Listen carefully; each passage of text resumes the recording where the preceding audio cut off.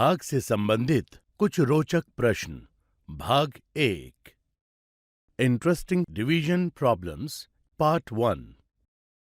आज हम सीखेंगे कि दैनिक जीवन से संबंधित समस्याओं को भाग से कैसे हल किया जा सकता है। आज मम्मी वंदना और उसके भाई के लिए पेंसिल का एक पैकेट लेकर आई हैं। इस पैकेट में 10 पेंसिल हैं। वंदना को इनमें से आधी पेंसिलों को अपने पास रखनी है और आधी पेंसिलों को अपने भाई को देना है। पर वंदना को यह समझ नहीं आ रहा कि वह इन पेंसिलों को 2 लोगों में बराबर बराबर कैसे बांटे। क्या आप वंदना की मदद कर सकते हैं? इस वीडियो को थोड़ी देर रोकिए और बताइए कि वंदना को कितनी पेंसिल मिलेंगी और वंदना के भाई को कितनी पेंसिल मिलेंगी। वंदना को पेंसिल को 2 भागों में बराबर बराबर बांटने की एक तरकीब सूझी है। देखते हैं वो क्या करती है। मैं पहले एक पेंसिल अपने पास रखती हूँ, फिर एक भाई के पास, फिर से एक मेरे पास और फिर एक भाई के पास। इस तरह मैं एक पेंसिल अपने पास और एक पेंसिल भाई के पास तब तक रखती हूँ जब तक सभी पेंसिल बट ना जाएं। अब मेरे पास भी 5 पेंसिल हैं और भाई के पास भी 5 पेंसिल हैं। वंदना ने तो पेंसिल को 2 बराबर भागों में बांट दिया है। क्या आपको यह तरीका सही लगा? मम्मी वंदना को इस तरह पेंसिलों को बांटते हुए देख लेती है और वंदना से कहती है, अरे वंदना, तुमको तो पहाड़े आते हैं, फिर पेंसिल को इस तरह क्यों बांटा? पहाड़ों का पेंसिल बांटने से क्या संबंध है मम्मी? समझाती हूँ। देखो, तुमको 10 पेंसिलों को 2 बराबर बराबर भाग में बांटना था, तो इसके लिए तुम भाग का इस्तेमाल कर सकती हो। कैसे? हमें 10 पेंसिलों को 2 लोगों में बांटना है, या हम इसको ऐसे भी कह सकते हैं कि 10 वस्तुओं को 2 भागों में बांटना है। तो हम इसे इस तरह लिखेंगे, 10 भाग 2, यानी 10 में 2 से भाग दे देंगे। जो उत्तर आएगा वह एक व्यक्ति को मिलने वाली पेंसिलों की संख्या होगी। तुमको भाग करना तो आता है ना? करके देख लो। ठीक है मम्मी, मैं 10 को 2 से भाग करके देखती हूँ। वंदना 10 को 2 से भाग कर रही है। आप भी वंदना की मदद कीजिए। 2 से भाग देने के लिए मुझे 2 का पहाड़ा आना चाहिए। अब समझी मम्मी क्यों कह रही थी कि मैं पहाड़ों का इस्तेमाल कर सकती हूँ। अब 2 का पहाड़ा तब तक पढ़ूंगी जब तक उसमें 10 ना आ जाए। 2 एकम 2, 2 दूनी 4, 2 तिये 6, 2 चौके 8, 2 पंजे 10। 2 पंजे 10 यानी 2 गुणा 5 10 होता है। 10 को 2 से भाग देने पर उत्तर 5 आ गया है। चलो मम्मी को बताते हैं। मम्मी, 10 को 2 से भाग देने पर उत्तर 5 आया है। वंदना, अगर 10 को 2 से भाग करने पर उत्तर 5 आया है, तो इसका मतलब है कि 10 पेंसिलों को 2 भागों में बांटने पर एक भाग में 5 पेंसिलें आएंगी। अच्छा, अब समझी। जब मैंने एक एक करके पेंसिलों को बांटा था, तब भी मेरे और भाई के हिस्से में 5-5 पेंसिलें आई थीं। लेकिन मुझे वैसे करने की जरूरत नहीं है। मैं भाग देकर फटाफट पता कर सकती हूँ कि दोनों के हिस्से में 5-5 पेंसिल आएंगी। वंदना को समझ आ गया है कि वह भाग देकर वस्तुओं को बांट सकती है, पर उसको अभी भी एक बात समझ नहीं आ रही। मम्मी, जब एक एक करके पेंसिल को बांट सकते हैं, तो फिर भाग देने की क्या जरूरत है? उसके लिए मैं तुमसे एक सवाल पूछती हूँ। अगर तुम्हारे पास 45 पेंसिल हों और तुम्हें 9 लोगों में बांटने के लिए कहा जाए, तो कौन सा तरीका आसान है? एक एक करके 9 लोगों में पेंसिल बांटने का तरीका, या फिर 45 को 9 से भाग देकर पता करने का तरीका? आपको क्या लगता है, कौन सा तरीका ज्यादा अच्छा है? 9 का पहाड़ा मुझे याद है। 9 पंजे 45 होते हैं। इसका मतलब 9 लोगों में अगर 45 पेंसिल बांटनी हो तो सभी को 5-5 पेंसिल मिलेंगी। इसका मतलब भाग देने वाला तरीका ज्यादा आसान है। अब तुम समझ गई हो कि हम भाग का इस्तेमाल क्यों करते हैं और भाग देने में पहाड़े कैसे हमारी मदद करते हैं। हाँ मम्मी, अब तो मैं पहाड़ों को और भी अच्छे से याद करूंगी। आज आपने सीखा कि कैसे भाग का इस्तेमाल बांटने के लिए किया जाता है और भाग करने के लिए पहाड़ों का याद होना जरूरी होता है। भाग से संबंधित कुछ रोचक प्रश्न, भाग 2, इंटरेस्टिंग डिवीजन प्रॉब्लम्स, पार्ट 2। आज हम सीखेंगे दैनिक जीवन से संबंधित समस्याओं को भाग से कैसे हल किया जा सकता है। आज वंदना के घर पर एक पार्टी है और उसके लिए वंदना के घर पर मेहमान आने वाले हैं। मेहमानों को वापस जाते समय लड्डू दिए जाने हैं। पापा मेहमानों के लिए बाजार से लड्डू तो ले आए, लेकिन उनको रखने के लिए बॉक्स लाना भूल गए। अब मम्मी वंदना से लड्डुओं को रखने के लिए बॉक्स बाजार से लाने के लिए कहती है। इस पर वंदना पूछती है, मम्मी कितने बॉक्स लेकर आऊं? मम्मी को नहीं पता कि कितने बॉक्स लाने हैं। मम्मी को सिर्फ इतना पता है कि एक बॉक्स में 4 लड्डू रखे जाने हैं। वो वंदना से लड्डू गिनकर उतने ही बॉक्स लाने के लिए कहती हैं, जिनमें 4 लड्डू प्रति बॉक्स के हिसाब से सभी लड्डू आ जाएं। अब वंदना को ये पता लगाना है कि अगर एक बॉक्स में 4 लड्डू आते हैं तो 36 लड्डुओं को रखने के लिए कितने बॉक्स की जरूरत है। वंदना लड्डुओं को देखती है। वंदना को एक आइडिया आया है जिससे वह पता लगा सकती है कि ये लड्डू कितने बॉक्स में आएंगे। मुझे ये पता है कि एक डिब्बे में 4 लड्डू आएंगे। मैं 4-4 लड्डुओं के समूह बनाकर देखती हूँ। जितने समूह बनेंगे उतने ही बॉक्स मुझे बाजार से लेकर आने होंगे। आप भी लड्डुओं को समूह में बांटने में मेरी मदद कीजिए। इन 4 लड्डुओं को मैं एक समूह में रख देती हूँ। बचे हुए लड्डुओं में से 4 लड्डुओं को अब अगले समूह में रख देती हूँ। इसी तरह से बाकी बचे हुए लड्डुओं से भी 4-4 के समूह बना लेती हूँ। अब इन समूहों को गिन लेती हूँ। कुल समूह हैं 9। इसका मतलब मुझे 9 बॉक्स खरीद कर लाने हैं। तभी मम्मी अंदर से आती हैं। उनको लगता है अब तक वंदना बॉक्स लेकर आ गई होगी, लेकिन वंदना तो अभी तक यहीं खड़ी है। अरे वंदना, तुम अभी तक यहाँ खड़ी हो? हाँ मम्मी, बस अब जा रही हूँ। अभी तक यही पता लगा रही थी कि 36 लड्डुओं को रखने के लिए कितने बॉक्स खरीदने हैं। अरे ये तो बहुत आसान है। एक बॉक्स में 4 लड्डू आएंगे तो 36 लड्डुओं के लिए 9 डिब्बे चाहिए। आपने इतनी जल्दी कैसे पता लगा लिया मम्मी? मुझे तो ये पता लगाने में बहुत देर लगी। मैंने तो भाग देकर पता लगा लिया। तुमने कैसे पता किया? मैंने तो लड्डुओं को 4-4 के समूह में रखा और उसके बाद समूहों की संख्या को गिन लिया। आपने भाग कैसे किया? बहुत आसान है। हमारे पास कुल लड्डू हैं 36 और हमको ये पता है कि हर बॉक्स में 4 लड्डू आएंगे, तो 36 को 4 से भाग दे दिया। तुम 4 से 36 को भाग देकर देखो, जो उत्तर आएगा वही बॉक्स की संख्या होगी। मैं भाग देकर देखती हूँ। तुमको पता है ना, भाग करने के लिए तुमको पहाड़े आने चाहिए। हाँ मम्मी, मुझे पता है। ठीक है, फिर तुम भाग करके देखो। मुझे 36 में 4 से भाग करना है। इसका मतलब मुझे 4 का पहाड़ा पढ़ना पड़ेगा।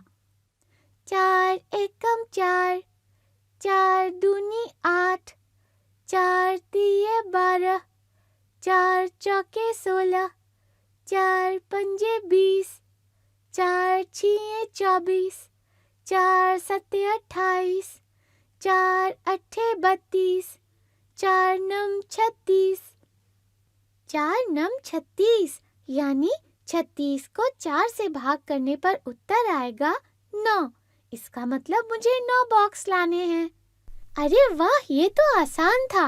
मैंने कितनी मेहनत से लड्डुओं को समूह में बांट कर देखा। कोई बात नहीं वंदना, अब ये आसान तरीका याद रखना। पिछली बार हमने जाना था कि जब ये पता लगाना हो कि वस्तुओं को कितने भाग में बांटना है, तब हम भाग का इस्तेमाल करते हैं। आज हमने ये जाना कि जब ये पता करना हो कि एक भाग में कितनी वस्तुएं आएंगी, तब भी हम भाग का प्रयोग करते हैं। हाँ, अब जल्दी जाओ, मेहमानों के आने से पहले लड्डू पैक करने हैं। आज आपने सीखा कि जब वस्तुओं को छोटे छोटे समूह में बांटना हो, तब भी भाग का प्रयोग किया जा सकता है। जैसे वंदना ने 36 लड्डुओं को 4-4 के समूह में बांट कर देखा। भाग से संबंधित कुछ रोचक प्रश्न। भाग 3, इंटरेस्टिंग डिवीजन प्रॉब्लम्स, पार्ट 3। आज हम सीखेंगे दैनिक जीवन से संबंधित समस्याओं को भाग से कैसे हल किया जा सकता है। वंदना को आज मम्मी ने जेब खर्च के लिए 126 रुपए दिए हैं और पूछा है कि वो कितने दिन में इन रुपयों को खर्च कर पाएगी। मैं अपने स्कूल की कैंटीन से रोज 7 रुपए की एक कचौड़ी खरीद कर खाती हूँ। इस तरह रोज मैं 7 रुपए खर्च कर देती हूँ। वंदना को अब ये पता लगाना है कि 126 रुपए को वो 7 रुपए प्रतिदिन के हिसाब से कितने दिन में खर्च कर पाएगी। क्या आप ये पता लगाने में वंदना की मदद कर सकते हैं? देखते हैं वंदना इस सवाल को कैसे हल करती है। इस सवाल को हल करने की मैंने एक तरकीब सोची है। मैं संख्या रेखा पर 126 दर्शा देती हूँ। अब 126 में से 7 घटाकर मुझे पता चल गया कि एक दिन के बाद मेरे पास 119 रुपये बचेंगे। अब 119 में से 7 घटा देती हूँ, उत्तर आएगा 112। इससे मुझे पता चलता है कि 2 दिन बाद मेरे पास 112 रुपये ही रह जाएंगे। इसी तरह इस संख्या रेखा पर 7-7 तब तक घटाती जाती हूँ जब तक 0 पर ना पहुँच जाऊँ। 0 पर पहुँचने का मतलब है मेरा पूरा जेब खर्च हो गया। अब मुझे सिर्फ ये देखना है कि 0 तक पहुँचने के लिए कितनी बार 7 को घटाना पड़ा। 1, 2, 3, 4, 5, 6, 7, 8, 9, 10, 11, 12, 13, 14, 15, 16, 17, 18। अब मम्मी को ये बता देती हूँ। मम्मी, 126 रुपये 18 दिन में खर्च हो जाएंगे। वंदना, मैंने देखा कि तुमने बार बार घटाकर इस सवाल का उत्तर पता लगाया, लेकिन तुम बार बार घटाने की जगह भाग का इस्तेमाल भी कर सकती हो। भाग का इस्तेमाल कैसे कर सकते हैं मम्मी? भाग का इस्तेमाल तो तब किया जाता है जब हमें वस्तुओं को बराबर बराबर हिस्सों में बांटना हो। बिल्कुल सही वंदना। और इस सवाल में भी तो आप 126 रुपए को 7-7 रुपए के बराबर हिस्सों में बांट रही हो। आप भी इस प्रश्न को देखिए। क्या आपको लगता है कि मम्मी सही बोल रही है? अरे हाँ, आपने सही कहा मम्मी, मैंने ध्यान ही नहीं दिया। अब तो आपको पता चल गया है। अब इस प्रश्न को भाग से हल करके भी देखिए। हाँ मम्मी, करके देखती हूँ। लेकिन मुझे तो 7 का पहाड़ा 10 तक ही आता है और 7 दहाई 70 होते हैं। 126 तो 70 से बड़ा है, तो मैं भाग कैसे दूंगी? अगर कोई नंबर 70 से बड़ा है तब भी तुम भाग दे सकती हो। देखो, मैं भाग देकर दिखाती हूँ। 7 एकम 7, शेष बचा 5। 6 को नीचे लिख लेते हैं तो ये हो गया 56। 7 अट्ठे 56 होते हैं, शेष बचा 0।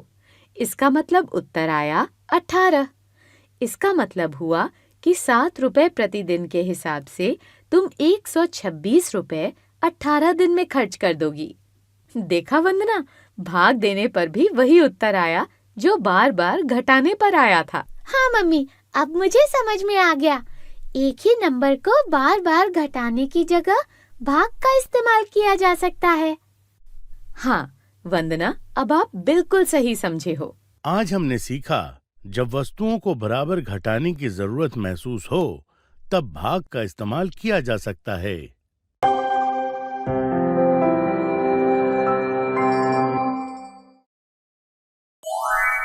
भाग से संबंधित कुछ रोचक प्रश्न।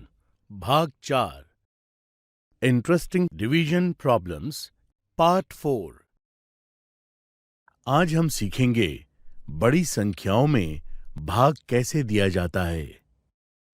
आज मम्मी वंदना के लिए एक नया स्कूल बैग लाई है। वंदना अपने बैग को देखकर बहुत खुश है। वह मम्मी से पूछती है, मम्मी, ये बैग कितने रुपए का आया है? ये बैग 459 रुपए का आया है। देखो, बैग में टैग भी लगा हुआ है।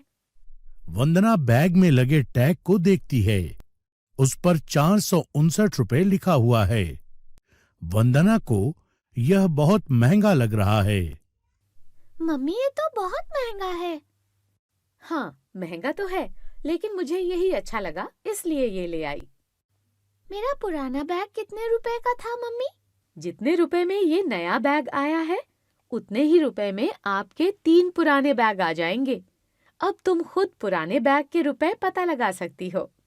समझ गई। 459 रुपए में 3 बैग आएंगे, तो एक बैग कितने रुपए का है, ये पता लगाने के लिए 459 को 3 से भाग दे देती हूँ। बिल्कुल सही वंदना। अब जल्दी से पता लगाकर मुझे बताइए कि आपका पुराना बैग कितने रुपए का आया था। 459 को 3 से भाग देने के लिए मैं सबसे पहले इस तरह लिख लेती हूँ।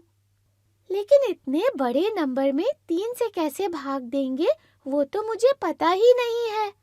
वंदना बड़े नंबरों में भाग देना नहीं जानती, इसलिए वह मम्मी से पूछती है, मम्मी, आप मुझे बड़े नंबरों में भाग देना सिखाइए। ठीक है वंदना, बड़े नंबरों में भाग देना भी आसान होता है। देखो, जब आपको बड़े नंबरों में भाग देना है, तब पूरी संख्या में एक साथ भाग मत दीजिए, सिर्फ पहले अंक में भाग दीजिए।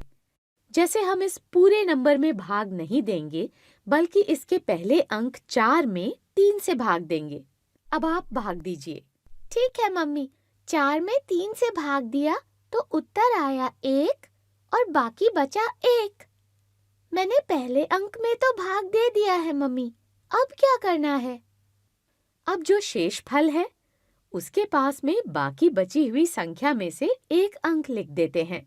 देखिए, शेष फल है 1, बाकी बची संख्या है 59, तो 59 का पहला अंक 5 नीचे 1 के पास लिख लेंगे। अब देखो, यहाँ पर संख्या हो गई 15। अब आपको 15 में 3 से भाग देना है। दीजिए। ठीक है मम्मी। 3 एकम 3, 3 दूनी 6, 3 तिये 9, 3 चौके 12, 3 पंजे 15। यानी 15 को 3 से भाग देने पर उत्तर आया 5 और शेष बचा 0। बिल्कुल सही किया वंदना। बाकी बचे हुए अंकों के साथ भी यही क्रम दोहराते हैं। अब शेष है 0। उसके पास अगला अंक 9 लिख लेते हैं। अब आपको 9 में 3 से भाग देना है। दीजिए। ठीक है मम्मी। 3 एकम 3, 3 दूनी 6, 3 तिये 9। यानी 9 को 3 से भाग देने पर उत्तर आया 3 और शेष बचा 0। तुमने ये भी सही बताया है वंदना। अब देखो, भाग देने के लिए कोई अंक बाकी नहीं है। इसका मतलब है कि पूरी संख्या में 3 से भाग हो चुका है और उत्तर आया है 153। इसका मतलब 459 को 3 बराबर भाग में बांटेंगे तो एक भाग में 153 आएगा। हाँ, इसका मतलब 153 रुपए में मेरा पुराना बैग आया था। हाँ वंदना। लेकिन मम्मी, ये पता कैसे चलेगा कि ये उत्तर सही है? बहुत आसान है। 153 में 3 से गुणा करके देखो। अगर उत्तर 459 आया तो आपने सही तरह से भाग दिया है। मैं गुणा करके देखती हूँ। 3 तिये 9, 3 पंजे 15। 15 के इकाई स्थान पर है 5 और दहाई स्थान पर है 1। गुणा करते समय हम इकाई के अंक को निर्धारित स्थान पर रखते हैं और दहाई के अंक को हासिल में रखते हैं, जिसे इस प्रकार लिखा जाएगा। 3 एकम 3। 3 में 1 हासिल जोड़ी तो उत्तर आया 4। अरे हाँ मम्मी, 153 में 3 से गुणा करने पर उत्तर आया 459। इसका मतलब मैंने भाग भी सही दिया है। हाँ वंदना, ठीक इसी तरह से आप कितने भी बड़े नंबर में भाग दे सकती हो। ये तो बहुत आसान है मम्मी। अब तो मैं किसी भी बड़े नंबर को आसानी से भाग कर पाऊंगी। आज हमने सीखा कि बड़ी संख्याओं में भाग कैसे दिया जाता है। भाग से संबंधित कुछ रोचक प्रश्न। भाग 5, इंटरेस्टिंग डिवीजन प्रॉब्लम्स, पार्ट 5। आज हम सीखेंगे बड़े नंबरों को कैसे भाग दिया जाता है। वंदना की मम्मी ने किश्तों पर एक नया मोबाइल फोन लिया है। अब वो ये पता लगा रही है कि इस मोबाइल के लिए हर महीने कितने रुपए देगी। मम्मी क्या हिसाब लगा रही हो? ये मोबाइल मैंने किश्तों पर लिया है वंदना, तो अब ये पता लगा रही हूँ कि हर महीने मुझे कितने रुपए देने हैं। किश्त क्या होती है मम्मी? जब हम किसी सामान को खरीदते हैं तो कभी-कभी हम उसका पूरा मूल्य शुरू में नहीं देते, बल्कि हर महीने कुछ-कुछ रुपए देते रहते हैं। इसे किश्त पर खरीदना कहते हैं, और जो हर महीने रुपए दिए जाते हैं वो किश्त कहलाती है। समझ गई। आपको कितने महीने तक किश्त देनी है? मुझे 9 महीने तक किश्त देनी है। और आपको कुल कितने रुपए देने हैं? मुझे कुल 16,794 रुपए देने हैं। इसका मतलब आपको 16,794 रुपए को 9 महीनों में देना है। मतलब हर महीने कितने रुपए देने हैं ये पता लगाने के लिए 16,794 में 9 से भाग देना होगा। बिल्कुल सही वंदना। ये तो मैं भी आपको बता सकती हूँ मम्मी। ठीक है, तुम बता दो। मैं भाग देने के लिए 16,794 और 9 को इस तरह लिख लेती हूँ। अब 9 से भाग देना शुरू करती हूँ। पहला अंक है 1। 9 से 1 में भाग नहीं जाएगा, इसलिए मैं 16 में भाग दे देती हूँ। 9 एकम 9, शेष बचा 7। 7 को भी नीचे लिख लेती हूँ। अब मुझे 9 से 77 में भाग देना है। 9 अट्ठे 72 होता है और 77 में से 72 घटा देते हैं, शेष बचा 5। अब इस 9 को भी नीचे लिख लेते हैं और 59 में 9 से भाग देते हैं। 9 छिए 54 होते हैं। 59 में से 54 घटाया तो शेष मिला 5। 4 को भी नीचे लिख लेते हैं। अब संख्या हो गई 54। 9 छिए 54 होते हैं। 54 में से 54 घटाया तो शेष मिला 0। अब पूरी संख्या में भाग जा चुका है और उत्तर आया 1,866। मम्मी, इसका मतलब आपको 9 महीने तक 1,866 रुपए देने होंगे। आपका उत्तर तो सही लग रहा है वंदना। एक बार इसको चेक भी करके देख लीजिए। ठीक है मम्मी, चेक करने के लिए मैं 1,866 में 9 से गुणा करके देखती हूँ। 9 छिए 54 होते हैं। 54 के इकाई स्थान पर है 4 और दहाई स्थान पर है 5। गुणा करते समय हम इकाई के अंक को निर्धारित स्थान पर रखते हैं और दहाई के अंक को हासिल में रखते हैं, जिसे इस प्रकार लिखा जाएगा।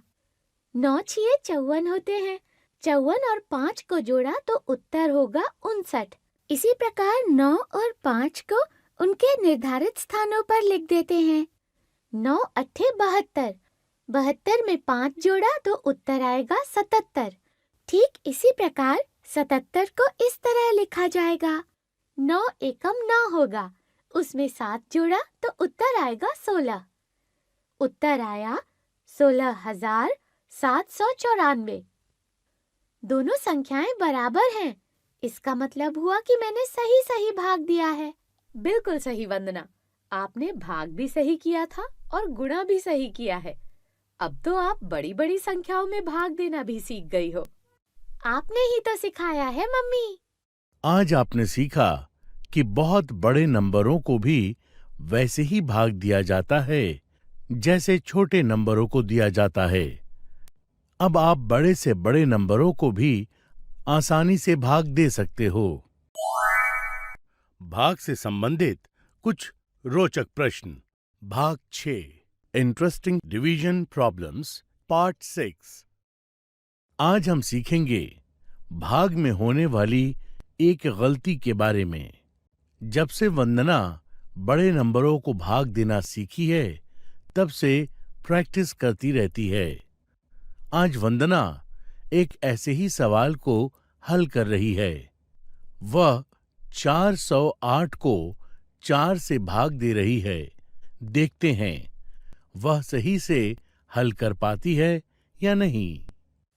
हमने 5 अंकों की संख्या में भाग दिया है। ये तो सिर्फ 3 अंकों की संख्या है। इसे तो मैं बहुत आसानी से हल कर लूंगी। चलिए अब हल करते हैं। सबसे पहले 408 और 4 को इस तरह लिख लेती हूँ। अब भाग देना शुरू करती हूँ। 4 एकम 4, शेष बचा 0। अब अगले अंक 0 को नीचे लिख लेती हूँ। अरे ये तो अभी भी 0 ही है। अब क्या करूं? अगले अंक को भी नीचे लिख लेती हूँ। 8 को नीचे लिखा तो अब संख्या हो गई 8। अब सही है। इसमें 8 में 4 भाग दे देती हूँ। 4 से 8 में भाग दिया तो उत्तर आएगा 2 और शेष बचेगा 0। इसका मतलब 4 से 408 में भाग देने पर उत्तर आएगा 12। भाग तो दे दिया। अब इसको चेक करके भी देख लेते हैं कि यह उत्तर सही है या नहीं। यह भाग सही है या नहीं, यह चेक करने के लिए मैं 12 में 4 का गुणा करूंगी। 4 दूनी 8 और 4 एकम 4।